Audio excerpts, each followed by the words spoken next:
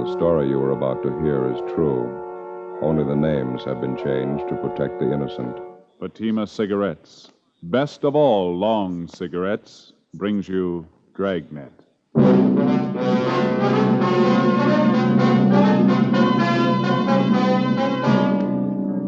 You're a detective sergeant.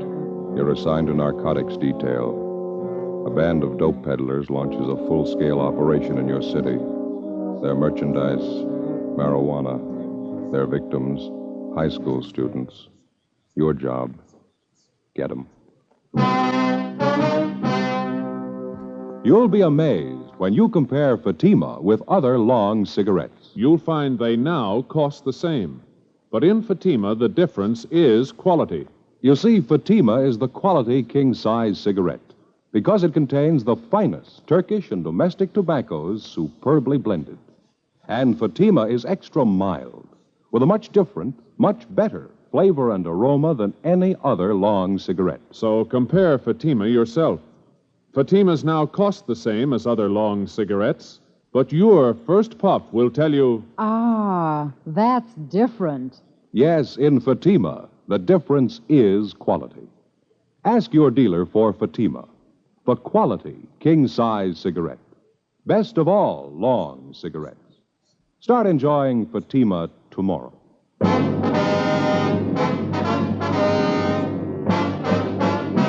Dragnet, the documented drama of an actual crime. For the next 30 minutes, in cooperation with the Los Angeles Police Department, you will travel step by step on the side of the law through an actual case transcribed from official police files. From beginning to end, from crime to punishment, Dragnet is the story of your police force in action. It was Thursday, April 11th. It was warm in Los Angeles. We were working the day watch out of narcotics detail. My partner's Ben Romero. The boss is Captain Kearney. My name's Friday. I was on the way back from R&I, and it was 10:25 a.m. when I got to Central Station. Narcotics detail. Joe? Hi. What'd you find out? Talked to the coroner. He finished posting the body. Yeah. Cause of death, multiple fractures of the skull, internal injuries. Boy was 17 years old. Yeah. Did you check the car? Yeah, the kid must have been doing at least 70 when he hit that street light. It's a real mess. The car was really wound around that pole. We're going to have to dig up a fast answer somewhere. Lousy racket. Well, there's only one way to burn it out. Find the big man and throw the book at him. Make him an example he'll never forget, huh? You checked with Juvenile Bureau? Yeah, the evidence has been booked with the property clerk. How about the boy's parents? Mrs. Moore wasn't feeling too well. They drove her home. Father's still down the hall, Inspector Walker's office. Well, can we talk to him now? Yeah, he should be free by now. Let me check the book for No, already did. There's no calls. Oh, okay. Let's go. You know, there's only one thing fortunate about this whole thing. What do you mean? Well, the kid being alone when he cracked up would have been a slaughter if he had a car full of his friends with him. It's still pretty grim. How's the boy's father taking it? Usual, pretty rough. He should be able to help some. Yeah. Mr. Morrow? Yes, Sergeant. Inspector asked me to wait here for you. Yes, sir. This is my partner, Sergeant Friday. Mr. Morrow, Joe. How do you do, Mr. Friday? I just don't understand it, Sergeant. I don't understand any of it. My boy Ken wasn't the type to go racing around like that in the car. He never took the car without my permission. I just don't know what got into it. Had you noticed at all whether your boy was acting a little strange the last few weeks or so? No. Of course, I only saw Ken in the morning, a few hours in the evening. I'm at the office all day. Why do you ask that? Well, was he going out very often on school nights, keeping odd or unusual hours? He used to go to the library 3 or 4 nights a week to do his schoolwork. Got home about midnight a few times, and I warned him about that. Mm-hmm. Did you have any way of knowing if he was really spending his nights at the library? No, but I took his word for it. Ken didn't lie to me. What's this have to do with the auto accident, Sergeant? I don't think I understand. The officers investigating the accident, sir. They checked over the car afterward. What was it? Were the brakes bad? What'd they find? Bill? Yeah. So you see this small metal case? We found it in the front seat on the floor of the car. What's that stuff inside? Did this belong to Ken? Yes, sir. We think he was using it. What for? I don't know. It's marijuana. Men and women who traffic in narcotics all the way from the small-time peddler to the big wholesaler are rated among the lowest kind of criminal. One step lower, you find an even more vicious kind. those who lure youngsters into the deadly trap of narcotics, who feed on the nickels and dimes by supplying their young victims with dope. The death of 17-year-old Kenneth Morrow was the second of its kind within 8 months. It seemed to stem from unidentified suspects who were making it their business to build a thriving marijuana trade among high school students. Thursday, 11 a.m.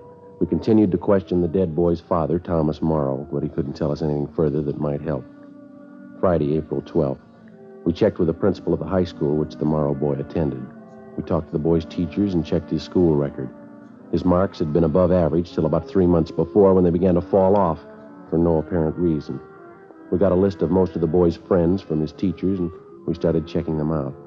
One was a 16-year-old blonde girl, Peggy Kane, supposedly Kenneth Morrow's girlfriend. We found her waiting outside the music room. Yes, Ken and I went around together for a while. He was a real nice boy. Did you see each other quite a bit, Peggy? Oh, for about 5 or 6 months, yes, we got along fine. Just after Christmas was the last time I went out with him, and we double dated. Mm-hmm. Did he seem all right to you then? I mean, did he act different at all? Well, a little different, yes. Not silly, you know. He just wasn't like he used to be. Well, how do you mean? Well, he didn't talk the same. Ken was a real nice boy most of the time. I guess he started getting in with the wrong crowd. He began to swear, you know, bad talk, things like that. When did all this start, Peggy? Do you remember? Just before Christmas, I think. I'm not sure. Poor Ken. Is there anything else you might have noticed? I don't know. Ken used to be pretty good about his studies, and all of a sudden it seemed he just didn't care. Sometimes he'd come into the library. We used to study there. And he'd make a lot of noise. He just changed, that's all.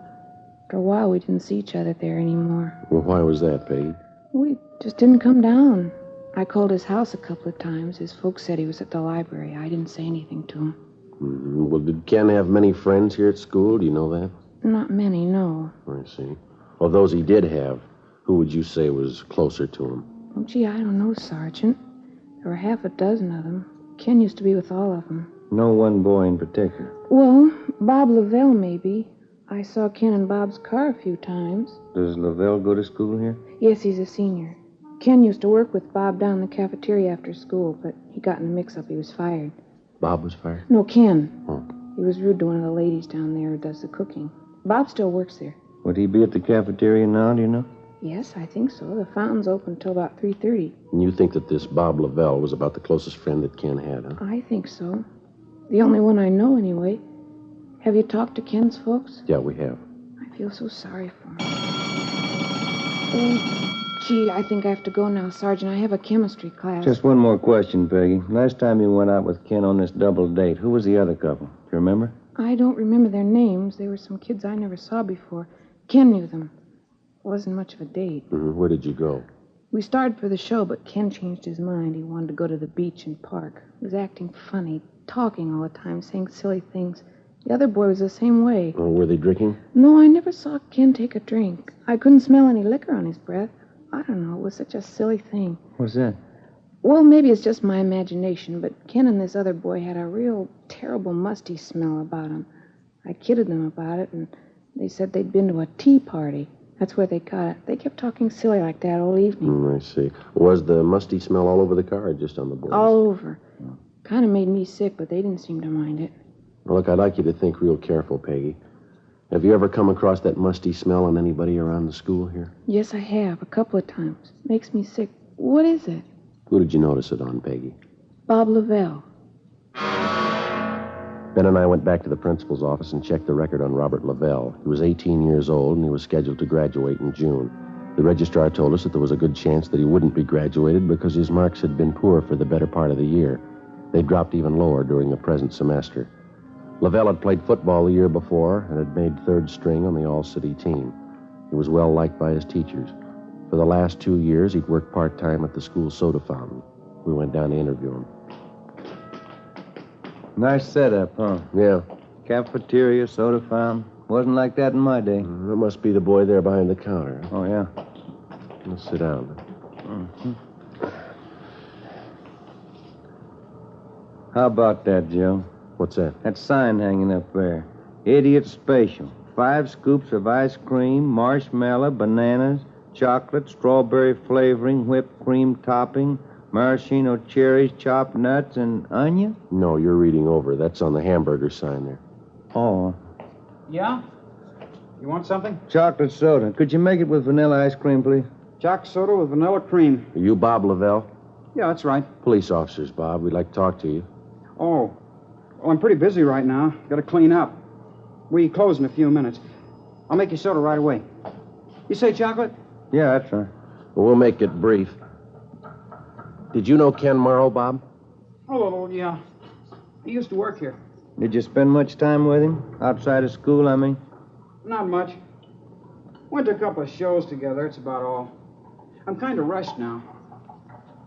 When was the last time that you saw him? Do you remember? A week ago, I guess. Too bad about Ken.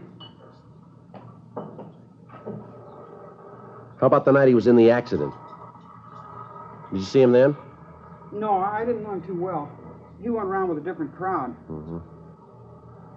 Hey, reach me a bag of those cashews, huh, Joe, on the card there? Yeah.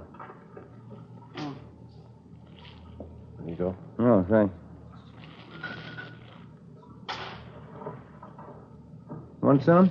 Crisp. No, no, thanks. The nuts are a dime, officer. Right there on the counter, Bob. Oh, yeah. I got to get going as soon as I close. I have to get downtown.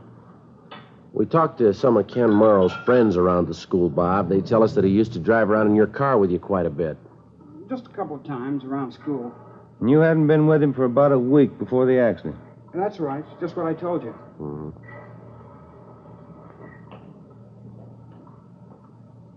You want a little whipped cream on that? Yeah, Lil. How about a cherry? Good idea. There you are. Thank you. Too late to fix a hamburger? Yeah, I really got to close up. It's getting a little late, officers. I'm going to have to close up right now. Well, we'll make it fast. Did you notice anything different about the Morrow boy in the last few weeks? Anything peculiar at all? No, he was the same as ever. I didn't notice anything. All right, look, Bob, we're going to lay it out for you. Did you know he was using marijuana? No, I didn't know anything about it. You have any idea where he might have gotten it? I wouldn't know that. Look, you mind if I lock up the counter now? I'll come around the other side. Sure, go ahead. I didn't know that about Ken, officer. I wouldn't know where he got the stuff. You sure he was using Mary? Well, we found some in his car. We found some more in his locker upstairs. That's tough. Anything more, officer? I gotta hurry. Well, it's just routine, Bob. We did the same with the other boys we talked to. We'd like to check your locker. You don't mind, do you? I gotta get downtown. I'm late now. Your locker's just upstairs, isn't it? Won't take that long. It's important to me. I gotta get downtown. We've got our car outside. We'll drive you down. We'll be down there in no time. No, I've already got a ride. Can't you check it tomorrow? Not going to take a minute, Bob. Now, let's go, huh? All right. Say, I happen to remember I didn't bring my locker key today. That's so. Yeah. Come to think of it, I don't know where it is. Guess I lost it. Well, they must have a pass key around here, don't they? I don't think so. Well, we'll ask at the office, huh? You're putting me in a jam, officer. That's going to take time. I'm due downtown. I'm sorry, Bob, but we got to check it. I got my locker all jammed up with stuff. It'll take us an hour. Office is down there, Joe. Yeah, all right, let's go. I don't know why you're picking on me. My locker's jammed. They can't get it open. Why are you picking on me?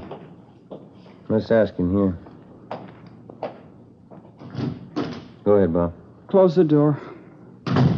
Yeah? I got my key. I'll show you. Robert Lavelle took us to his locker and opened it. Hidden inside one of his gym shoes, we found 4 sticks of medium-grade marijuana. We took them, put them in an envelope, and sealed it.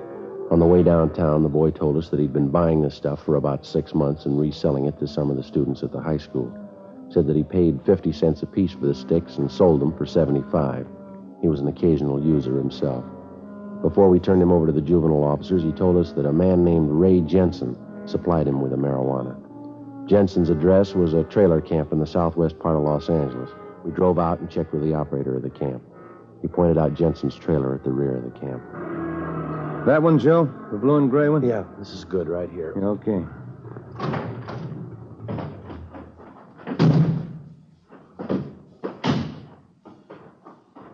Looks like Jensen's doing well, huh? Yeah, nice-looking trailer.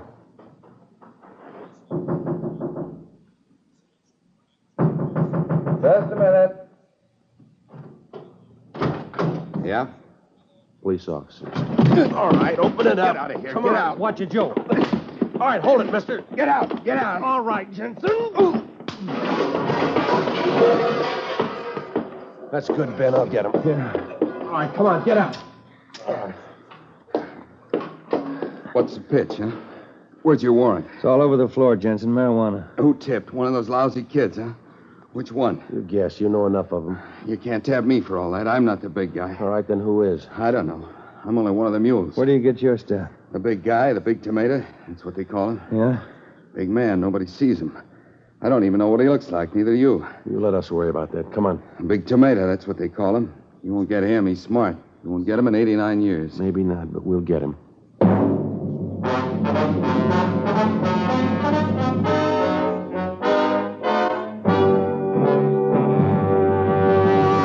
You are listening to Dragnet, authentic stories of your police force in action. Now, here's an authentic report from Fatima Cigarettes. 1949. Fatima more than doubled its smokers coast to coast. 1950. Another record-breaking year, with more long cigarette smokers insisting on Fatima quality than ever before. In 1951, enjoy Fatima quality yourself. Yes, friends, in Fatima, the difference is quality. Quality of tobaccos. The finest Turkish and domestic varieties, extra mild and superbly blended, to give you a much different, much better flavor and aroma. Quality of manufacture. Smooth, plump cigarettes rolled in the finest paper money can buy. Quality, even to the appearance of the bright, clean, golden yellow package. Carefully wrapped and sealed to bring you Fatima's rich, fresh, extra mild flavor. Compare Fatima yourself. Fatimas now cost the same as other long cigarettes, but your first puff will tell you... Ah, that's different. Yes, in Fatima, the difference is quality. Start enjoying Fatima quality yourself. Insist on Fatima, the quality king-size cigarette. Best of all long cigarettes.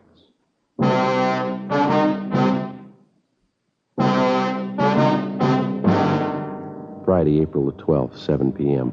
We searched the trailer and a stakeout was placed on it, and then we took Ray Jensen downtown to the main jail where he was booked for suspicion of narcotics, a felony.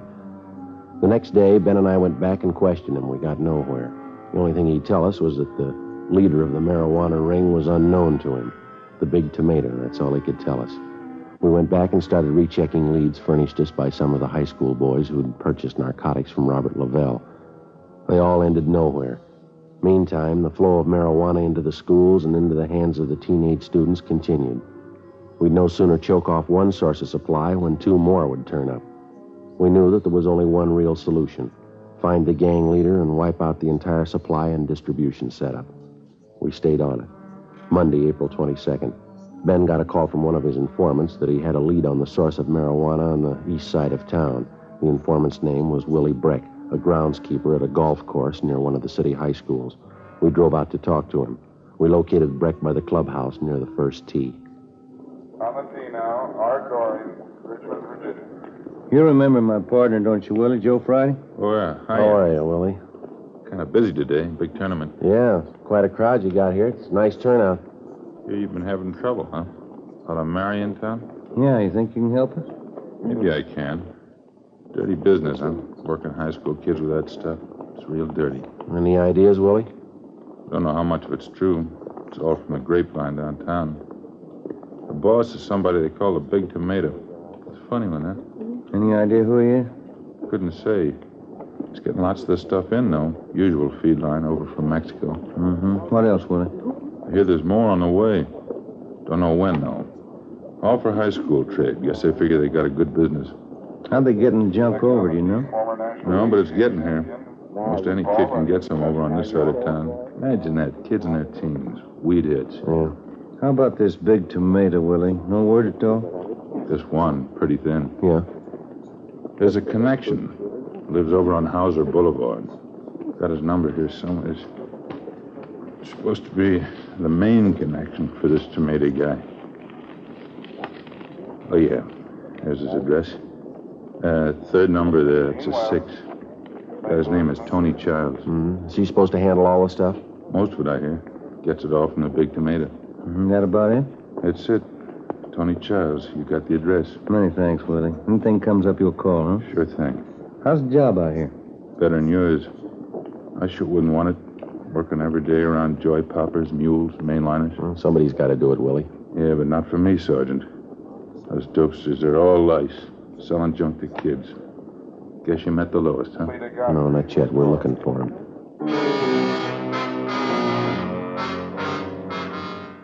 We went back to the office and checked the name and address of Tony Childs through R&I. No previous record. A stakeout was placed on his home and at his place of business. Childs himself was placed under 24-hour surveillance. A week passed. Nothing happened. Another week. Still nothing. There was no let-up in the supply of marijuana finding its way into the city and then into the schools. We couldn't see the beginnings of the racket, but we saw the end result. The percentage of juvenile users was still on the upswing. Wednesday, May 8th. We heard rumbles of another big marijuana buy in the offing. Either it failed to materialize or we missed it. Friday, May 10th. Ben and I took our turn shadowing the suspect, Tony Childs. Can you see him from here, Joe? Yeah. He's still in the barber shop. There's two guys with him. Yeah. 4:10. We better check in, huh? Yeah, I'll call in, huh? Drugstore there. Must have a phone. Yeah, all right. I'll be right back.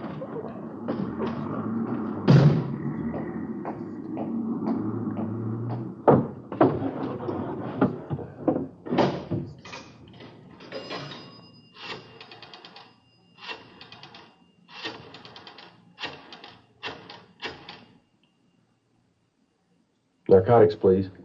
Thank you. Yeah, Johnny, it's Joe Friday. Yeah. Yeah, we got him paid. Okay, right away. Bye.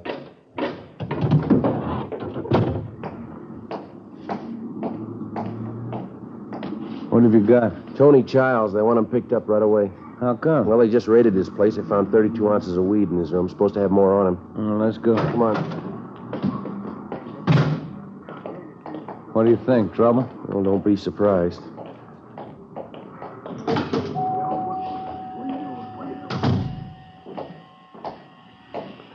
Childs, like to talk to you. What's that?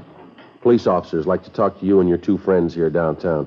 Can't make it, copper. Flying to Vegas tonight. We want to see you downtown first. Look, don't push me, huh? Nobody's pushing you, Childs. We want to see you downtown. Now, come on, let's go. Look out, Joe, Rampant Sam.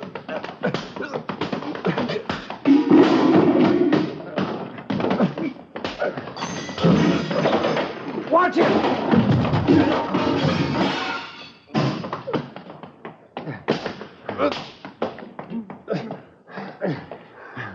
That's it. 3 of them. Okay. Not get him? All right. All right, come on, you. And I'm glad this doesn't come up often. Where's the barber? He ran outside. Rough one, huh? Yeah. What's your hunch, Joe? Think one of these 3 is the Big Tomato? I don't know. Let's ask him. A search of the barber shop failed to reveal the presence of any narcotics. Tony Childs and his 2 companions were found to have a dozen sticks of marijuana in their possession. They were treated for cuts and bruises at Georgia Street and then booked for suspicion of narcotics, a felony, at the main jail. 3 other men found at Childs' apartment at the time of the raid were also booked. We got nowhere questioning any of them. As usual, we had the small fry, but the ringleader, the Big Tomato, was still in the clear. Still free to hire somebody else to run the marijuana supply line into the high schools. 3 weeks passed.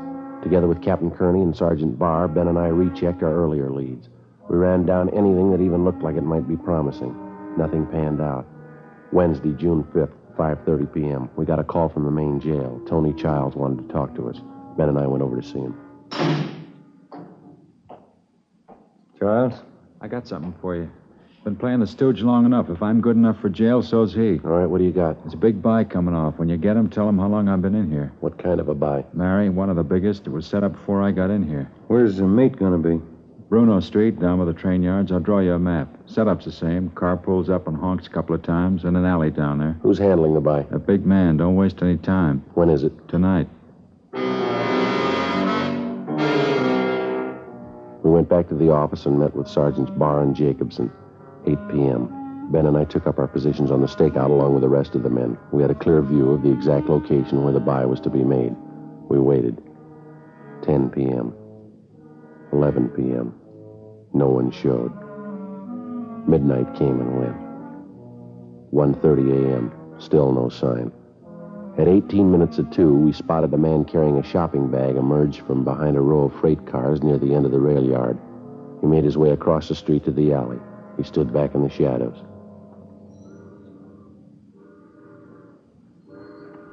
As soon as the car gets in the alley, we pull up and block it, huh? Yeah, that's right. Beck will do the same thing down at the other end.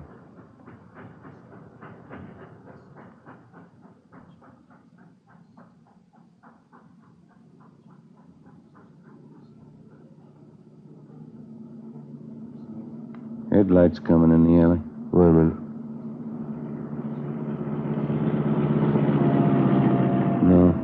No, they're going on through. What's the time now? 4 minutes to 2. We waited. 18 minutes passed. Still no sign of the car that, according to Childs, was supposed to be there for the big buy. We could still see the figure of a man with a shopping bag huddled in the alley. 3 a.m. Joe. Yeah? Car down there in the alley. Yeah.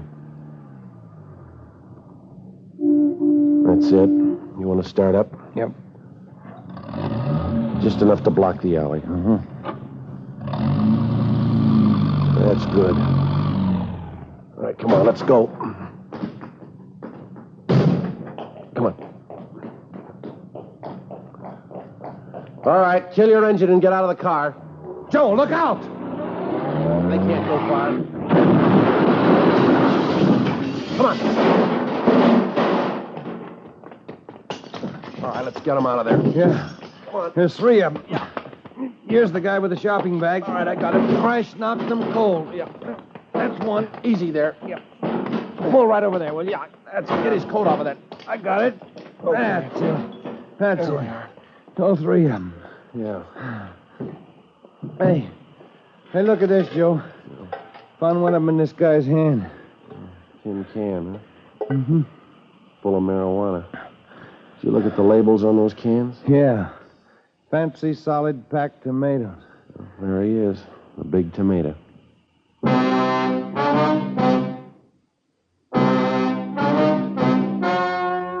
story you have just heard was true. Only the names were changed to protect the innocent.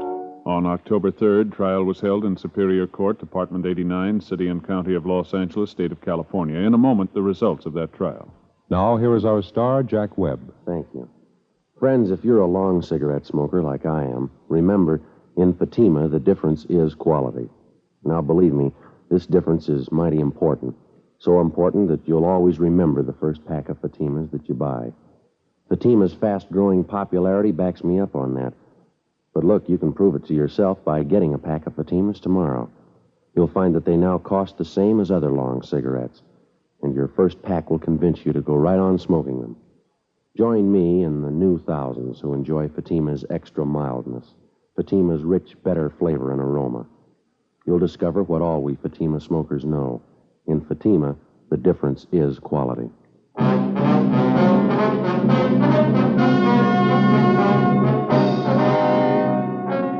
John A. Stanson, alias the Big Tomato, along with his associates in the narcotic gang, was tried and convicted for violating the State Narcotic Act. He received sentences as prescribed by law and are now serving their terms in the state penitentiary. The radio editors of the United States and Canada have named Dragnet the best radio program of its type for 1950. And Dragnet's Jack Webb, the most promising star of tomorrow. In behalf of Dragnet, I'd like to thank the radio editors of the United States and Canada and the editors of Motion Picture Daily who conducted the voting in the 15th annual poll for Fame magazine.